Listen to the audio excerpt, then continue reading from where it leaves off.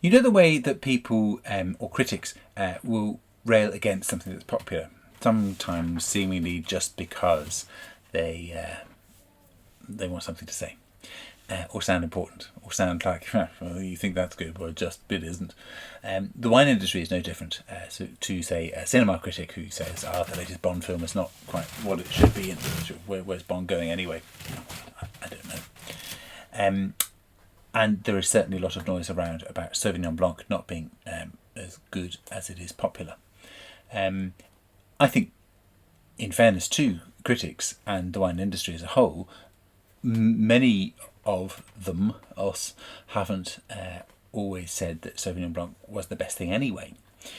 But what Sauvignon Blanc has done has brought a huge new circle of people, audience, into wine who otherwise might not have enjoyed any wines at all. And that is something for which I am tremendously grateful. So that when someone says, I really like Sauvignon Blanc, I go, brilliant, I've got loads for you. It's really nice. Sauvignon Blanc is dry. It is crisp and aromatic. It is technically semi-aromatic, but it is beautifully flavoursome, and it is remarkably consistent when it is grown in within a fairly wide range of geographical typicity. So New Zealand Sauvignons will have a similar identifier. French Loire Valley Sauvignons, likewise, South American and South African often taste similar versions of that New Zealand intense gooseberry, kiwi, methoxypyrazine, sort of real bright blackberry leaf sort of flavours, which is gorgeous. Like, it is really nice. Complexity-wise, though, it struggles to take on lots of other flavours.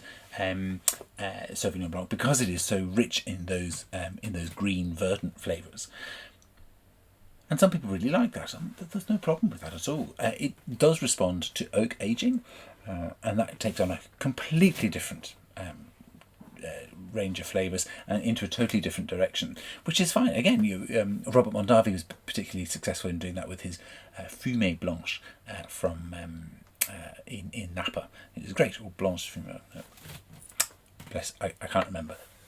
But Oak Sauvignon became a thing then, and there are a couple of people, again, around certainly the New World, and even in parts of the Loire Valley, that will barrel age their Sauvignons. In fact, post Second World War, oak was cheaper and more readily available than stainless steel. And in some parts, you'll find there are people who are using the same barrels, not made of oak, but made of acacia. And there's one winery I know who make the most elegant barrel-aged Sauvignon Blanc. Anyway, that's not what this is. This is Craggy Range. And Craggy Range are a really interesting winery. And a few years ago, they made a Marlborough Sauvignon Blanc, because that's where Sauvignon Blanc should come from. And then they decided to really invest in their own winery and vineyards, which are based on the other side of that sea gap, which is on the south of the North Island as opposed to being the north of the South Island, which is where Marlborough is. This is the south of the North Island, which is Martinborough. Are you still with me? And Martinborough is very, very famous for being a region for making extremely good red wines. Really mineral, really pure, really layered and textural reds from Pinot Noir especially. And this Sauvignon is following that because, yes, though it has a flavour spectrum that is very typically Sauvignon Blanc and New Zealand Sauvignon Blanc, it has much more texture and earthiness because the soil type here is such high quality. And I think that if you wanted to say, oh no, I really like Sauvignon and I really like this one because it's really high quality and it respects the soil and it's a really interesting wine as well as being hugely enjoyable, then grab one of these, and I think you'll be hard pushed to find anybody who could argue against it. 12.5% alcohol, fresh as a daisy, and really